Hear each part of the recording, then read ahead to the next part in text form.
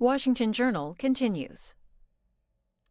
California Democrat Barbara Lee has long been a key voice in debates over when and how the United States government exercises its war powers. Congresswoman, in light of the latest news out of Syria, France now saying it has proof that chemical weapons were used in that attack, would you support a new U.S. military strike there? You know, what's, I think, very important for us to realize in our own country is that Congress has the authority and responsibility to authorize the use of force. That's based on our Constitution. We need to have an international inspections regime go in which I think there are now inspectors to determine the validity of, we believe, who conducted these horrific attacks. But one country verifying versus the international community coming together, I think, is the distinction that we need to make. Because here in the United States, we've been waging war in many, many countries using that 2001 authorization. And it's time to repeal that and require Congress to debate and vote on another one. How did you feel about that strike last year by President Trump, 50-some cruise missiles hitting an air base in Syria? I think those that promote military action and military strikes see what takes place and how if you don't have a plan, an overall strategy, that the use of force, what does it mean? Here we are 1 year later with the unfortunate circumstances of so many people getting killed once again by, and I consider Assad a war criminal. And so what did that accomplish? You know, had we had a diplomatic initiative, had we had an international strategy, had we been part of a group of countries to come together to really talk about a long-term plan to end this civil war, then I think we'd be in a better place today, but we didn't do that. What do you think a president can do on his own? Was that strike something that the president was under his own powers able to do on his own, or should that strike from last year have gone to Congress? That strike should have gone to Congress because the president always has the authority to use force in case of an imminent attack against our own country. So define that. But an imminent attack, when in fact this country, when the United States is under attack, the president can use force based on international law and based on our Constitution. But the use of force, even with regard to Afghanistan and Iraq, I voted against those resolutions because they were overly broad. The Afghanistan resolution, for example, was 60 words, and that is what's being used today. It's been used in Yemen, Libya, Somalia. It's been used all over the world, 41 times according to the Congressional Research Service. And so those are not imminent attacks. And that's the legal basis that not only this president, but President Bush, President Obama used to use force. And I think it sets the stage for perpetual war. A headline from last year, 16 years ago, Barbara Lee's warning against the AUMF was ignored. Nevertheless, she persisted. Take us back to that vote. Who joined you in opposing that AUMF? I serve on the Appropriations Committee, and we had the Defense Appropriations Bill forward. And I offered an amendment that would repeal the 2001 resolution, the one that has been used as the legal basis for using force and engaging in these wars around the world. And I built Republican and Democratic support to repeal it. And what that resolution would have done is not only repeal it, but during the period of 8 months, we had 8 months while this resolution, and this was still in place, the authorization, come up with a new resolution to use force if in fact the Congress decided to do that.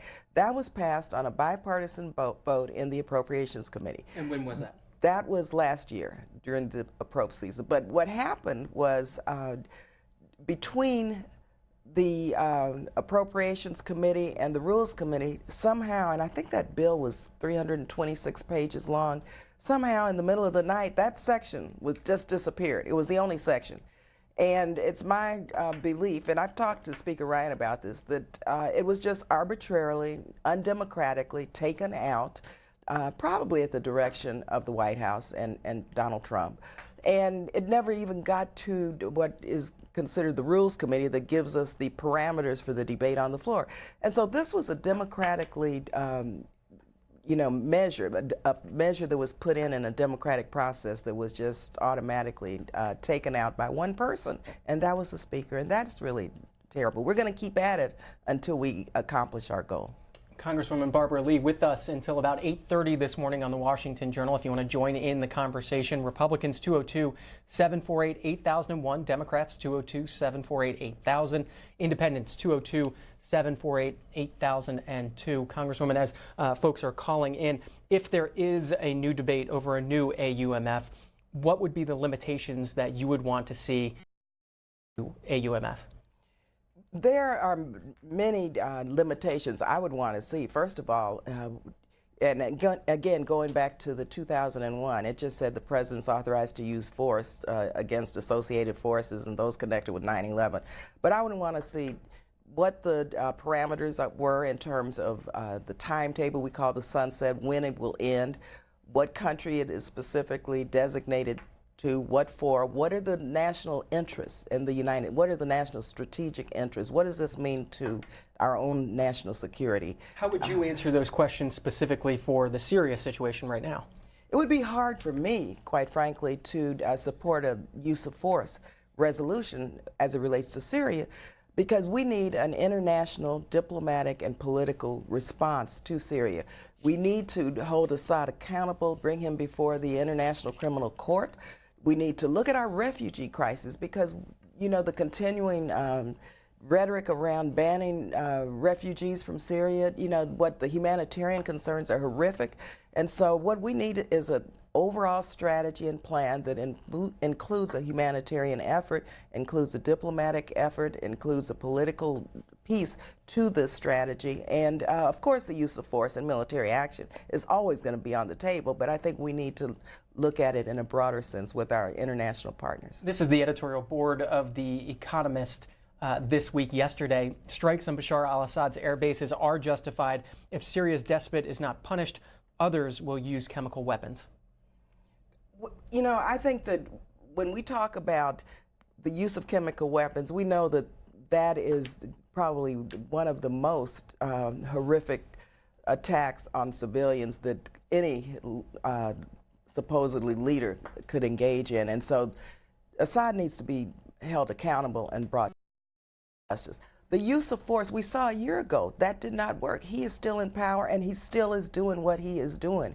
And again, I would say you do not put the military option on the table as the first option. You have to begin to look at how we're going to create some sense of stability and normalcy and peace in the world if we're really going to solve the world's problems. And so I don't believe that military action is going to stop any leader from doing bad things, horrible things to their people. Congresswoman Barbara Lee is our guest, member of the Appropriations and Budget Committees, also part of the Congressional Progressive Caucus, chair of the Peace and Security Task Force there. Taking your calls, Glenn's up first. Lancaster, California, a Republican. Glenn, go ahead. Good morning. Are you ready, Barbara? Hi, Glenn. How you doing today? Good. Here's the thing. We're talking about poison gas being used on Syrian people, and it's really your job to abide by the Constitution of the United States and worry about the American citizens. We got fentanyl crossing our border, crystal meth from drug cartels, killing our citizens every day by foreign-born invaders coming across our border, and our sanctuary cities and our governor in California and our attorney general in California are helping these criminal cartels pour millions more illegal aliens into our country, which are foreign-born invaders. You guys should do your job for the American citizens and protect our country, our jobs, and our lives here in our country. Got your point, Glenn. Congresswoman. Thank you, Glenn. First, no one supports criminal cartels coming into our country. I mean, when